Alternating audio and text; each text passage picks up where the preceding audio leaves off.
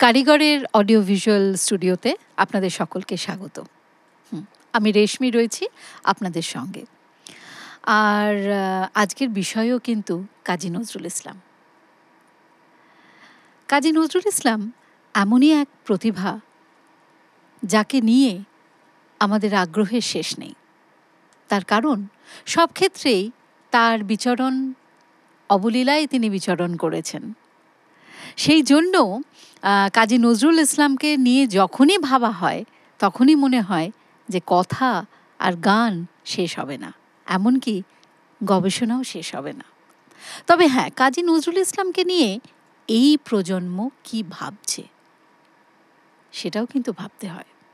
সেজন্য এই প্রজন্মের এক উজ্জ্বল নক্ষত্র আজকে আমাদের স্টুডিওতে, মানে কারিগরের অডিও ভিজুয়াল স্টুডিওতে আজকে দীপাবলিকে স্বাগত। আর দীপাবলির সঙ্গে কিন্তু আরও আমাদের বন্ধুরা রয়েছেন, যাদেরকে ছাড়া আমরা একটু এগোতে পারি না।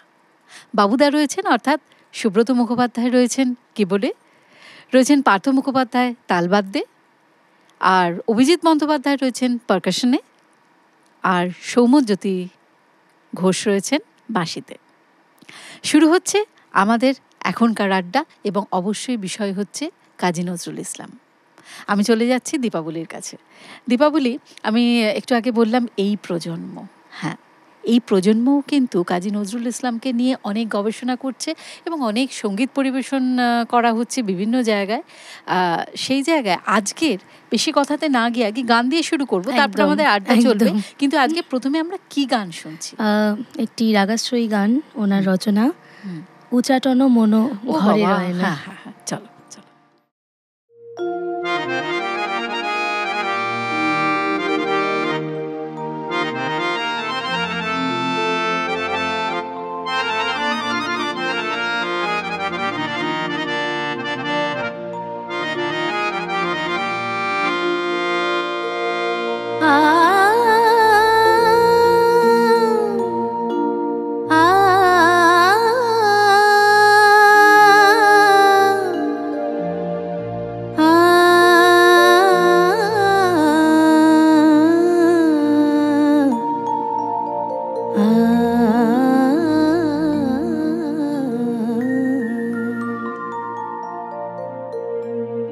উচাটন মনো ঘরে রয় না,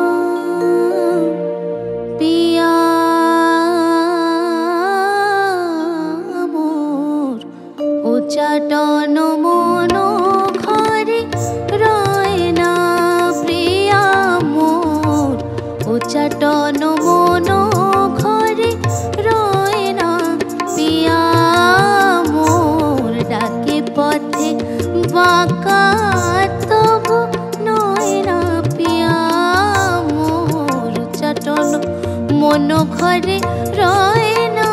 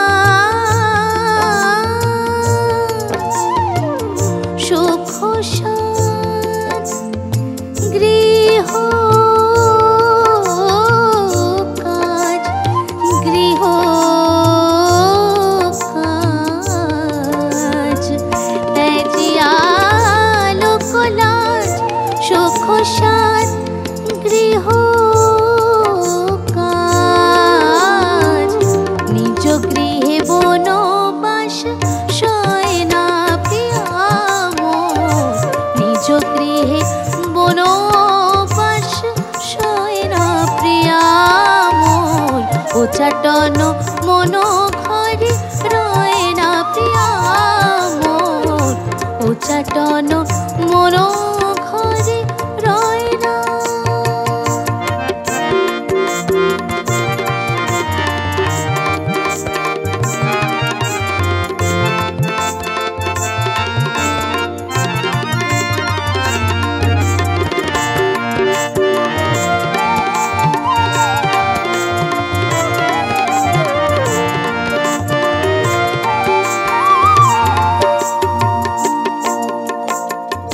লইয়া স্মৃতির লেখা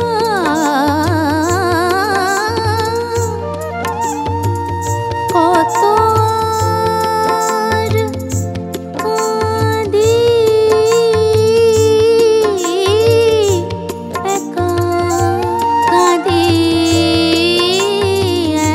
একা লইয়া স্মৃতির লেখা কত আর কাঁদি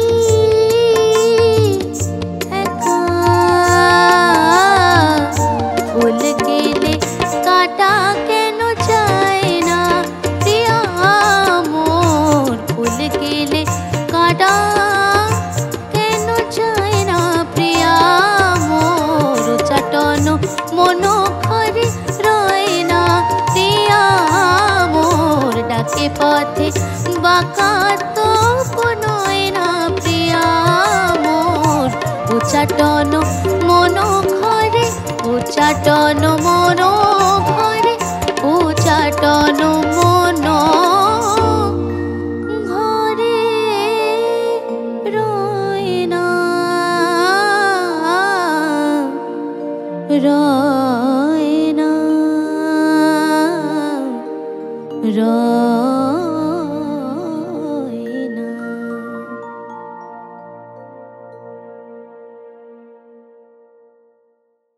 বাহ, খুব সুন্দর। দীপাবলি, আমার একটা বিষয় জানতে ইচ্ছে করছে, সেটা হচ্ছে এই যে নজরুলগীতি, এটা তালিম কার কাছে? নজরুলগীতি একদম ছোট থেকে মায়ের কাছেই শেখা, এবং মানে ওরম প্রথাগতভাবে শেখা একদমই নয়। মা যখন ক্লাসে শেখাতেন আমি তখন খুবই ছোট, মানে কি করে কখন যে শিখে গেছি আমি সবসময় বলি, মানে আমি কখনো বুঝতেই পারিনি।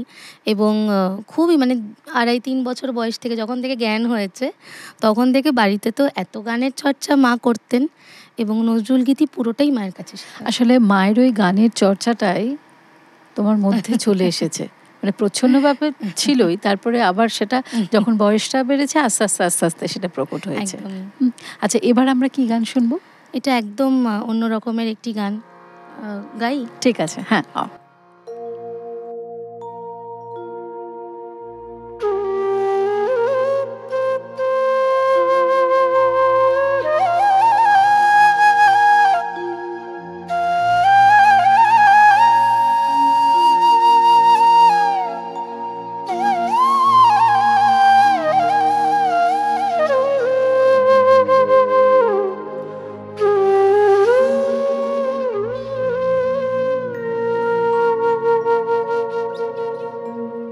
আমি বাউল হলাম ধুলির পথে,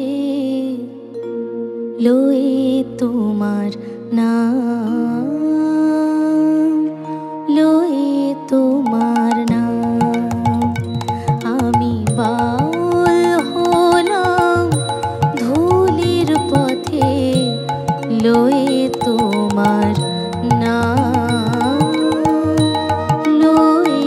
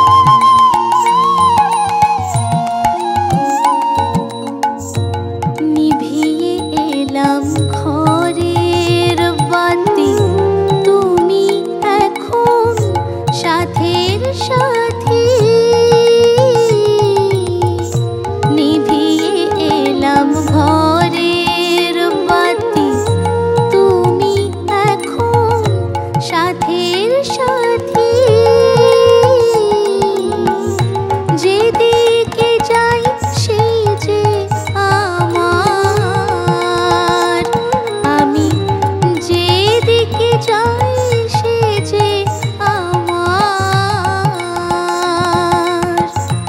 মধুর প্রচোধান লয়ে তোমার নাম আমি বাউল হলাম ভুলের পথে লয়ে তোমার নাম লয়ে তোমার নাম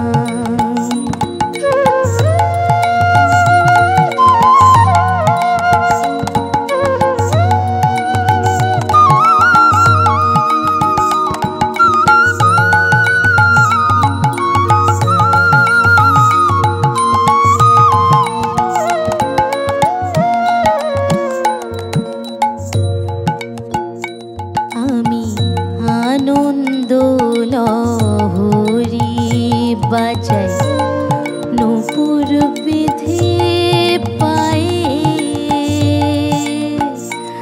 আমি আনন্দ লহরী বাজাই নূপুর বেঁধে পায়ে আমি শ্রান্ত হলে জোড়াই তনু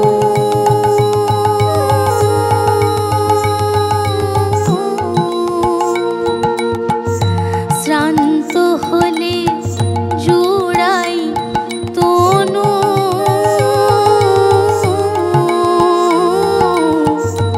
বনবিথির বটের ছায়ে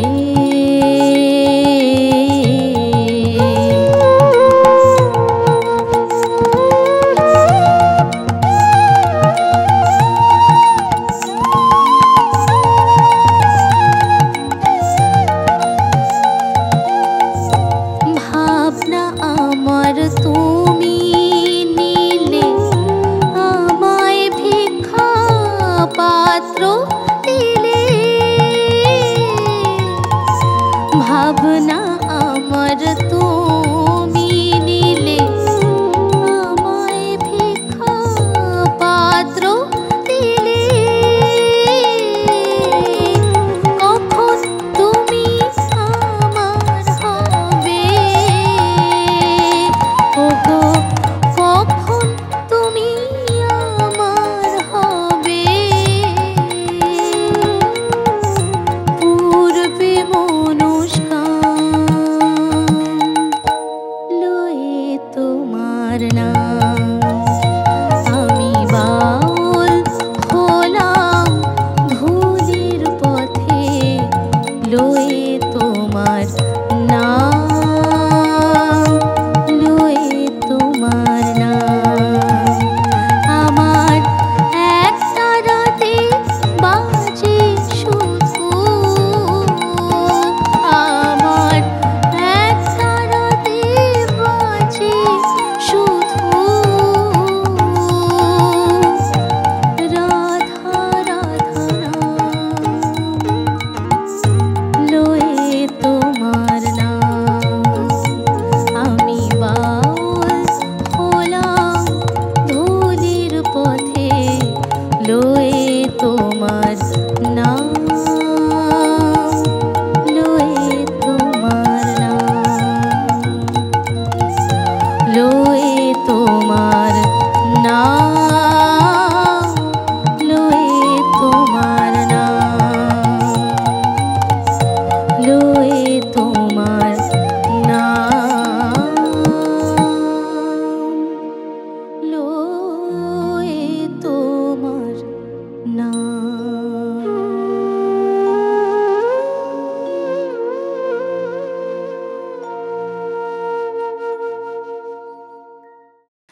আচ্ছা দীপাবলি, তুমি যেহেতু সব ধরনের গানই পরিবেশন করে থাকো এবং এই প্রজন্মের একজন সঙ্গীত শিল্পী, কাজী নজরুল ইসলামের গান গাওয়াটা মনে হয় ভীষণভাবে একটা চ্যালেঞ্জিং, তাই তো?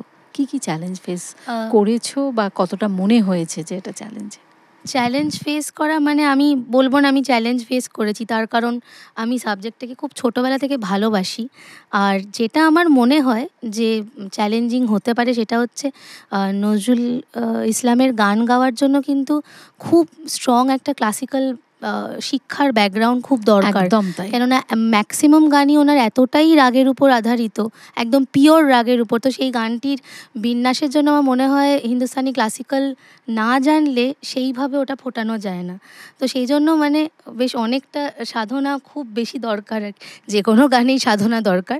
আমার মনে হয় ওনার গান গাওয়ার জন্য রাগের নলেজটা থাকা খুব প্রয়োজন, এটা আমার মনে হয়। হ্যাঁ, এটাও একটা ব্যাপার। আর ছোট থেকে তুমি যেভাবে বড় হয়েছো একটা সাংগীতিক পরিবেশে, সেটাও তোমাকে হেল্প করেছে সামনের দিকে নিশ্চয়ই, এগোনোর নিশ্চয়ই, জন্য, একদম, এটাই মনে হয়। একদম। এবার আমরা কি গান শুনবো? আবার একটি রাগাশ্রয়ী গাই, আমার প্রিয় সাবজেক্ট তো। নিশ্চয়ই, চলো। আমার নয়নে নয়ন রাখি, পান করিতে চাও কোন অমিও, আমার নয়নে নয়ন রাখি, পান করিতে চাও কোন অমিও, আছে এ আখিতে উষ্ণ আখি জল, আছে এ আখিতে উষ্ণ আখি জল, মধুর সুধা নাই পরাণ প্রিয়, আমার নয়নে নয়ন রাখি।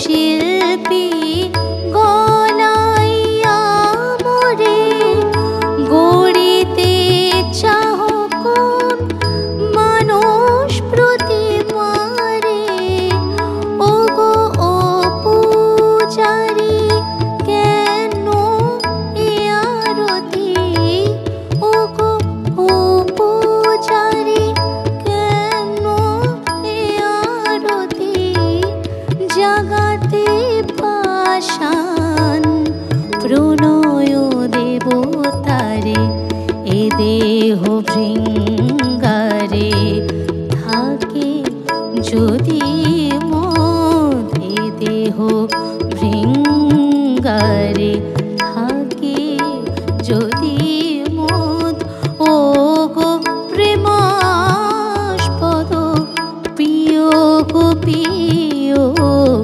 আমার নয়নে নয়ন রাখি, পান করে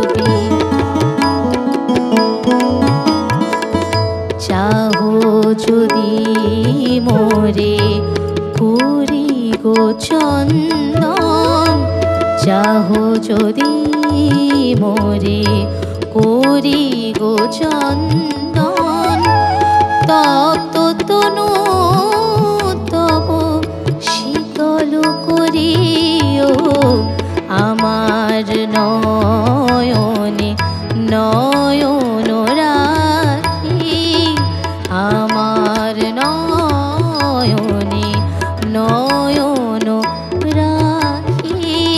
পান করিতে চাও কোন তুমিও, আছে এ আখিতে উষ্ণ আখি জল, মধুর সুধা নাই পরাণ প্রিয়, আমার নয়নে নয়ন রাখি, আমার নয়নে নয়ন রাখি, আমার নয়নে নয়ন রাখি।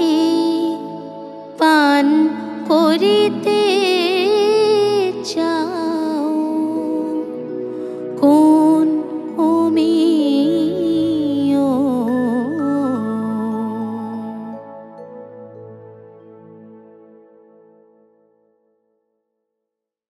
দীপাবলি, একটা প্রশ্ন, সেটা হচ্ছে যে যদি বলি যে মডার্ন মিউজিক্যাল ইনস্ট্রুমেন্টের ব্যবহার নজরুল গীতিতে, সেক্ষেত্রে এই প্রজন্মের একজন সঙ্গীত শিল্পী হয়ে কি বলবে? আমার সবসময়ই ভালো লাগে। মডার্ন ইনস্ট্রুমেন্ট তো সবসময় ওয়েলকাম। মডার্ন অ্যারেঞ্জমেন্ট না হলে আমাদেরও তো এখন অনেক জুনিয়ররা চলে এসছে, তাদের তো ভালো লাগবে না। যারা ধরো একদম হার্ডকোর ক্লাসিক্যাল শুনে বড় হয়নি, তাদেরকে ভালো লাগানোর জন্য একটা নতুন মোড়ক সবসময়ই দরকার। কিন্তু অবশ্যই গানের সেন্টিমেন্টকে বজায় রেখে, মানে একেবারে একটা খুব সফট গানে যদি হেভি মেটাল বাজানো, এটা তো যায় না। মানে যেটা যায় সেরকমভাবে যদি অ্যারেঞ্জমেন্ট করা যায়, আমার মনে হয় সবসময় ভালো লাগে। ভাবটা নিয়ে, ভাবটা যেন না, গানের ফিলটা যাতে নষ্ট না হয়, সেটাই। তা এবার আমরা কোন গান?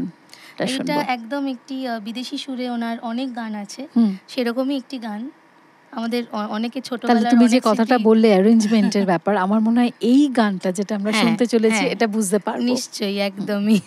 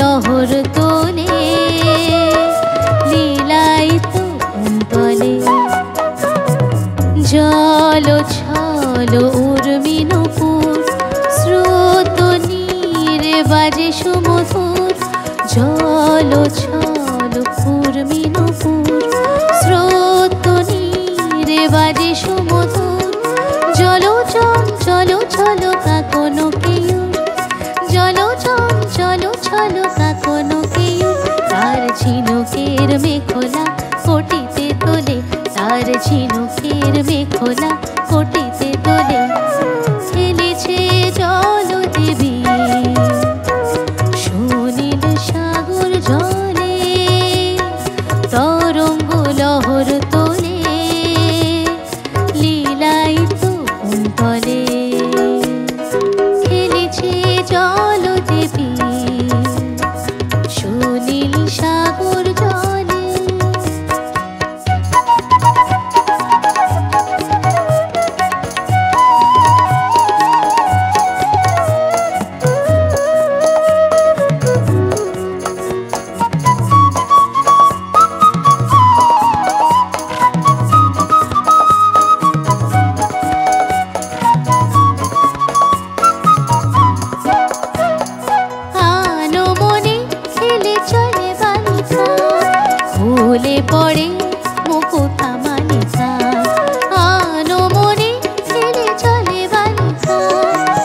দোলে পড়ে মুকুতা মালিকা, হরষিত পারাবারে উর্মি জাগে, হরষিত পারাবারে উর্মি জাগে। লাজে চাঁদ লুকালো গগন তলে, লাজে চাঁদ লুকালো গগন তলে। খেলেছে জল দেবী সুনীল সাগর জলে, তরঙ্গ লহর তোলে লীলাই তো কুন্তলে। জল ছল উর্মি নূপুর, স্রোত নীর বাজে সুমধুর। জল ছল উর্মি নূপুর, স্রোত নীর বাজে সুমধুর। জল চঞ্চল ছল কাকন কেয়ুর, জল চঞ্চল ছল কাকন কেয়ুর। তার ঝিনুকের মেখলা কোটিতে দোলে, তার ঝিনুকের মেখলা কোটিতে দোলে। খেলেছে জল দেবী সুনীল সাগর জলে, খেলেছে জল দেবী সুনীল সাগর জলে, খেলেছে জল দেবী সুনীল সাগর জলে।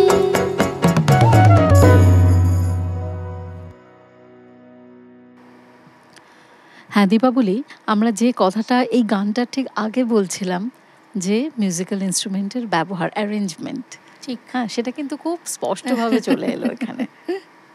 আর যে এই যারা আজকে প্রজন্মের আছেন জন্য, আমাদের হ্যাঁ, সাথে, মানে এটাই হওয়া খুব স্বাভাবিক। ঠিকই, একদমই তাই।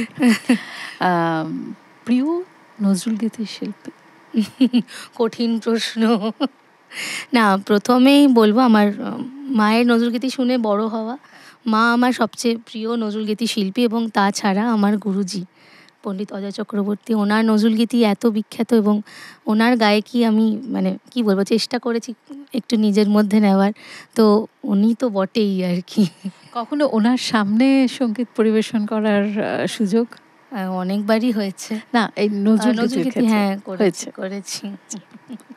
দেখো, কথায় কথায় অনেকটা সময় কিন্তু আমরা পেরিয়ে এলাম, এবং এই পর্বের শেষ গানে এবার যেতেই হয়।